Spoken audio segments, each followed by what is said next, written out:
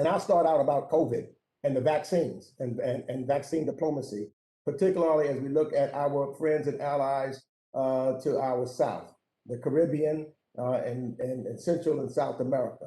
I was pleased to see the administration's plans for the initial distribution of vaccines bilaterally through COVAX, including to, of course, our neighbors in Latin America and the Caribbean.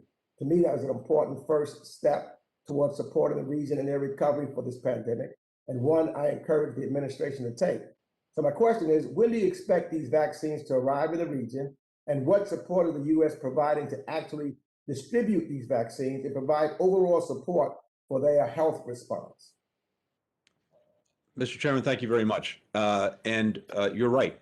We are very, very aggressively now pushing out vaccines. We have 80 million vaccines that will be distributed, either working through COVAX and with COVAX or directly by the United States. 80 million vaccines between now and early July. So this is happening, starting to happen as we speak. We want to make sure that anything we send out is safe and effective, but it's starting now, and it's going to roll out over the coming days and weeks between now and the end of July. And as you noted, we've dedicated, we started, of the 80 million that we have currently available, we're starting with 25 million. We've allocated them by region and within regions by country.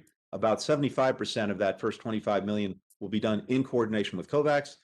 The other 25% will be able to do directly, making sure that we're taking account of the science and the needs, where there are surges, where there are variants, where some countries need second shots and have a deficit. All of this based on science, based on equity, and without political favor being demanded in return, unlike some other countries. By the time we complete the distribution of these 80 million, there will be more to follow as we have excess vaccines in the months beyond July. And beyond that, we are working to increase significantly the international production of vaccines so that the overall supply of vaccines increases significantly. Latin America, our neighbors, our partners in the region, in the Caribbean, will be among the first beneficiaries of the vaccines that are going out.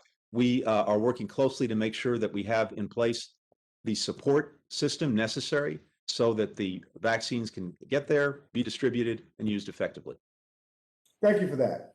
And I had another question about the Northern Triangle, but I'm going to jump to the other side of the world real quick in the time that I have left. And that is to talk about, last month I unveiled the Ensuring American Global Leadership and Engagement Act, or what we call the EAGLE Act, which will reinvigorate our institutions and our diplomatic efforts to effectively respond to the challenges posed by China and boost U.S. engagement in the Indo-Pacific region.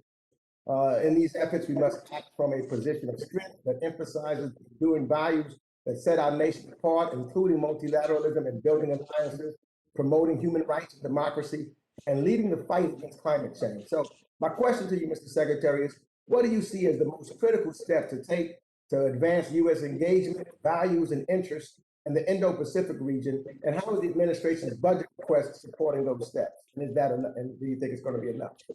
Mr. Chairman, thank you for putting the spotlight on that. As you know from your own engagement leadership, this is the fastest growing, most dynamic region in the world. And it's on the front lines of the strategic competition that we have with China. By the way, China invests about 50% of its global assistance and 50% of its economic diplomacy in the Indo-Pacific. So this is clearly a priority for them. We are working closely with partners to promote a free and open Indo-Pacific, and our budget reflects that. We have a significant budget allocation for work in the Indo-Pacific that we hope that the Congress will support, and this will help us engage effectively in the region. I think you know that the President held the first ever Leaders Summit among the so-called Quad countries, the United States, India, Japan, Australia. We are working with them across a number of fronts to strengthen the work that we do together in the region. We have a number of tools that I know this committee and others believe strongly in to make us even more effective in the work we're doing. For example, with our economic diplomacy, we have the Development Finance Corporation and other tools that we're bringing to bear in the region on different projects, leveraging the private sector.